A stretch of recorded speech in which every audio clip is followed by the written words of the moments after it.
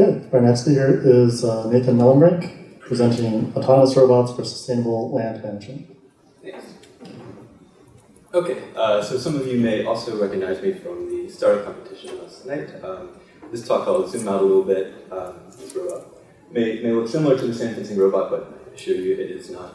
I will kind of zoom out and give a broader talk about environmental restoration and talk about another application in more detail. So the issue that we're concerned about here is land degradation broadly. So overall, over the entire world, this is estimated to cost up to $10 trillion per year. And it moves so slowly that it tends to be imperceptible. So people often have a misconception that over-farmed or over-grazed land will, once abandoned, kind of pop back into its natural state. And that's not necessarily true. So, I mean, some land has been degraded for since the Roman Empire, and the Romans were prolific degraders of land, is still degrading. But there are interventions that exist to address this and to restore land back to its agricultural potential. And there's lots of different kinds of land degradation, whether that's in arid regions or regions prone to flooding, etc.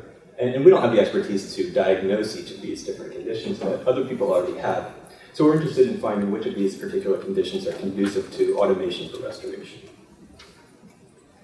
And so what are these interventions that we can use? So some of these things are small-scale constructions like check dams or silt fencing. A lot of these are auxiliary construction tasks that support bigger construction projects. But some of them are done on their own too, in terms of land management or infrastructural projects, especially in very remote regions where it's difficult to get humans. So the question that follows is, what are the machines that we use for these kinds of interventions? And classically, that's been heavy equipment. So looking at this kind of canon of heavy equipment, most of this was sort of at least patented about exactly 100 years ago. And they share two common ingredients: space for a human operator and a combustion engine. And over the last 100 years, the only major shift in these kinds of machine typologies has been that they've grown larger. Right? And that's because there was this economic pressure where one person in a bigger tractor or in a bigger crane or a bigger excavator could do more labor. However, in an age of autonomy, that economic pressure is no longer quite as relevant, right? You could have more small machines instead of single big machines. So we're interested in sort of considering what might happen if we forget about this mechanical gigantism. Big machines are great for some things, but not for others, especially remote regions, places with geotechnical conditions that don't exactly support heavy equipment. And when it fails, what's the solution? More heavy equipment.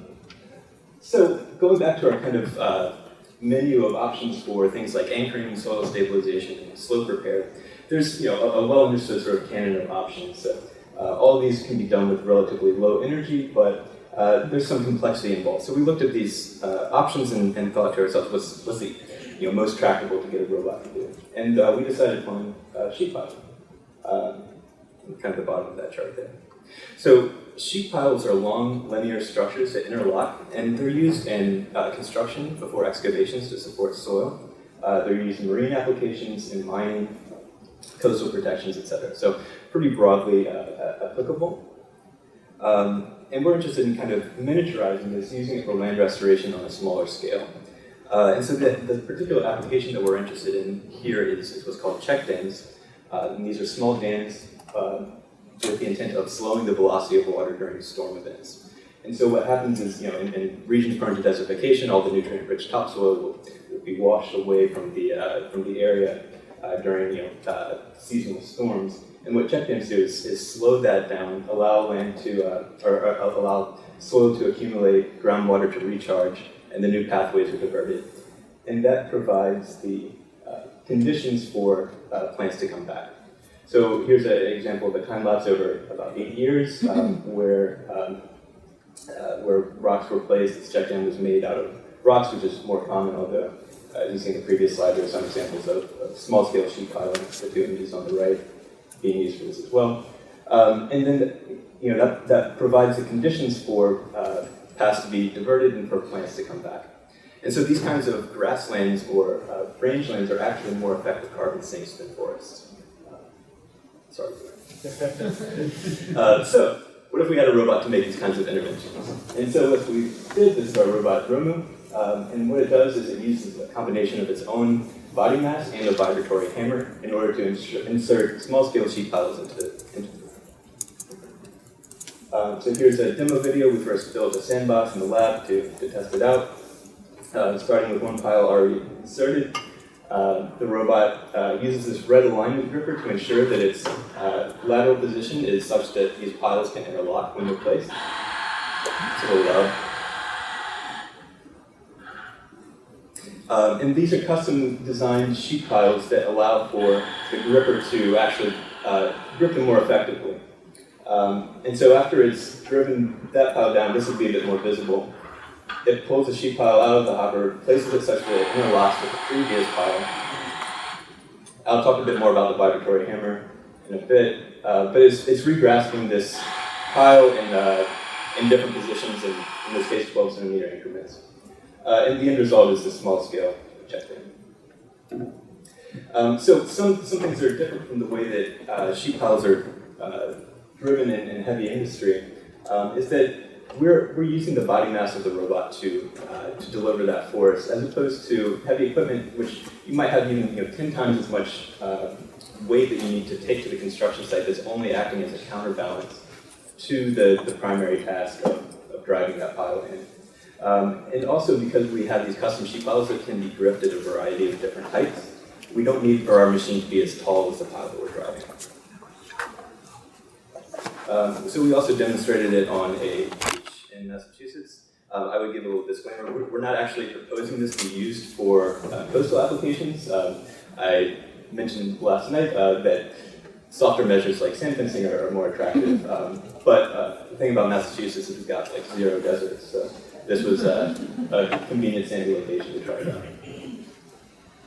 And this will show kind of how the pile is dropped such that it interlocks with the previous pile. And the body of the robot, the chassis, raises and lowers, kind of doing this inspector gadget. Presses body getting down.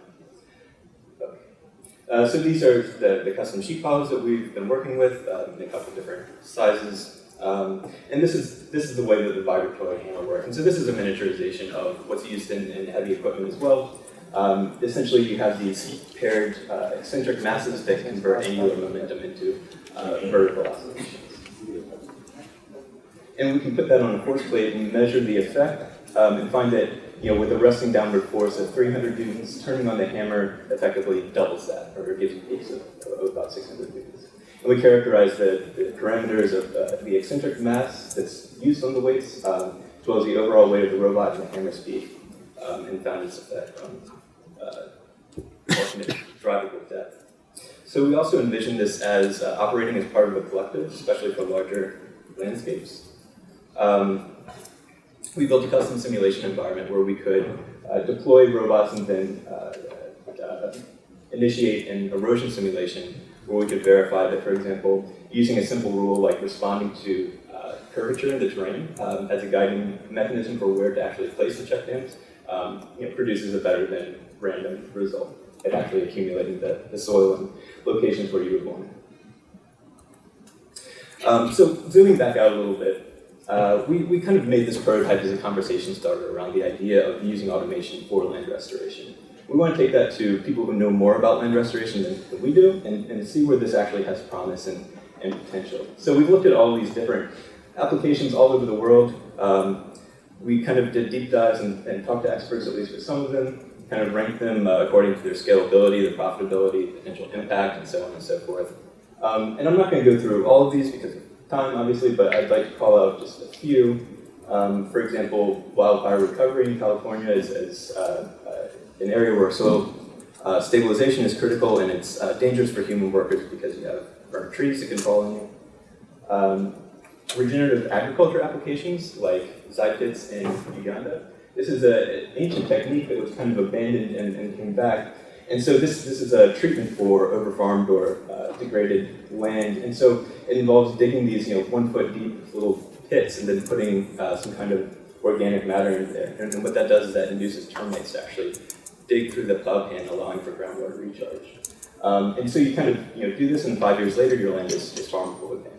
But this isn't something that heavy equipment is going to necessarily help you with, because this is a really kind of manual technique. Kind of one-off environmental remediation problems like dust control at Owens Lake. Even though this is kind of a one-off, it's extremely expensive. In the city of LA, drained this lake essentially for drinking water. Now they're mandated to prevent the dust from becoming a health hazard, and have spent about $1 billion on it. And then sand testing, back to what I talked about last night, and this time seen here in a desert application. This is in China, used to prevent dust storms from reaching Beijing. So they found that putting out these kinds of interventions over massive expanses of the desert drastically reduces the incidence of dust storms in Beijing. But the techniques that they use to install these aren't necessarily cutting edge. They're 4 guys sitting in a trailer behind a tractor, kind of placing straws in the ground. I think that's something that could be automated. It clearly has some utility because they're investing quite a lot in these applications. So then also sand fencing for coastal applications, and what that's doing is using the natural wind energy to accumulate sand in designated areas by slowing the velocity of the wind such that sand particles fall out of the breeze. And so this has been innovated a bit by a group in Massachusetts called Good Harbor Restorations, Safe Harbor. And they found that you don't actually need this massive 4-foot height, that you can use these smaller wooden shims. And so we've essentially modified our pile driving robot in order to do that kind of operation. And we've tested that in local beaches, several beaches in Massachusetts with different kind of terrain properties. And the kind of prescribed depth is about 3 to 4 inches, and we're able to reliably achieve that. So we're pretty comfortable in saying that this is able to achieve a useful application in dry sand. So broadly zooming back out again, we're looking at all these really specific land degradation conditions and thinking about remediation techniques for all of them. We think that these are all right for custom purpose designed autonomous robots for addressing these kinds of applications, and we see this as being not just a one robot, not just a one research group problem, but something that we could actually divert quite a lot of resources towards starting to address climate change in this way. We see this as pointing towards a machine ecology, which we define as a study of the impacts of custom purpose-built robots deployed in the environment for specific ecological stewardship tasks. And while environmental measuring and monitoring is a great potential for robotics, we think actually doing the restoration work itself is something that should be considered as well and could be a critical component to our toolkit in the fight against climate change. Thanks.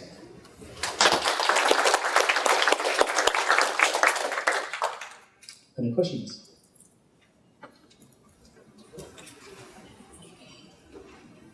Kind of random the question, but I was wondering what the application would be in the Zyphens in Uganda. What would the application be? Well, essentially doing it. So. Okay, like digging little holes and stuff? Yeah, okay. yeah. So we haven't developed that particular technology, but some of the, we didn't want to kind of constrict ourselves just to shoving things into the ground, because it turns out this is, within the same family of things that haven't been well addressed by heavy equipment, but could actually have quite some impact. Any other questions? So, would you be recommending this as like a modular robot that has like multiple applications? Yeah, not necessarily. That's a good question. The more I kind of look into this stuff, and again, I'm not an expert, but I've been kind of diving into a few of these applications, they seem to require very different activation. There's some crossover where, for example, the mechanisms that we're using for inserting sheet piles into the ground are roughly the same as discrete posts. But I think what it's really getting at is kind of custom purpose-built actuators, and I think that's a fun challenge for roboticists, and it works for me. Any other questions? I was just wondering, so you mentioned kind of detecting the curvature of the slope to find an optimal place to put the sand fencing.